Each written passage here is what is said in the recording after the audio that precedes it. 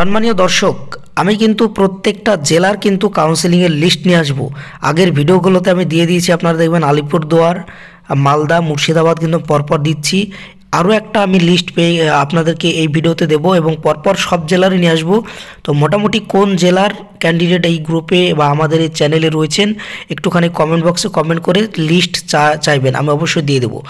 তো আপনারা এই মুহূর্তে দেখতে পাচ্ছেন যে কোচবিহার জেলার থেকে কিন্তু আবার কাউন্সেলিংয়ের লিস্ট বেরিয়ে গেল।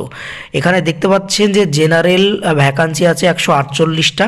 এখানে দেখতে পাচ্ছেন জেনারেল ভ্যাকান্সি আছে 148টা।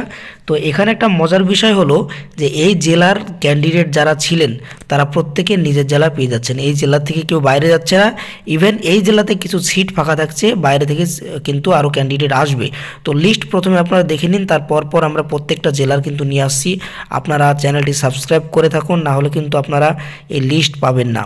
সো লিস্ট পেতে হলে অবশ্যই চ্যানেলটি সাবস্ক্রাইব করে নেবেন, আর কমেন্ট বক্সে অবশ্যই জানান যে আপনি কোন জেলার লিস্ট চাইছেন। আমি কিন্তু যে কমেন্ট বেশি হবে সেটারই কিন্তু আমি লিস্ট আগে নিয়ে আসবো, আমি পরপর নিয়ে আসছি।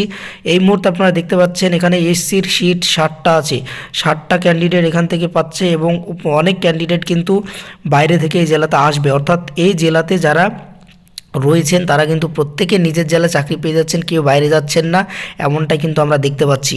এখানে দেখুন জেনারেল থেকে কনভার্টেড সিট হয়ে চলে আসছে এক্সেমটেড 72টা। এরকমভাবে কিন্তু প্রত্যেকটা জায়গাতে কনভার্টেড হয়ে কিন্তু মোটামুটি সবাই নিজের জেলায় পেয়ে যাচ্ছে।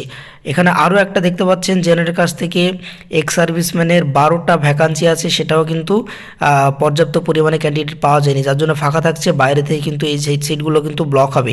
হ্যাঁ বন্ধুরা, আপনারা এই আমার চ্যানেলে প্রথমবার আসলে চ্যানেলটি ফলো দিয়ে রাখুন এবং প্রত্যেকটা জেলার কিন্তু আমি নিয়ে আসবো, ভিডিওটা শেয়ার করে দিন।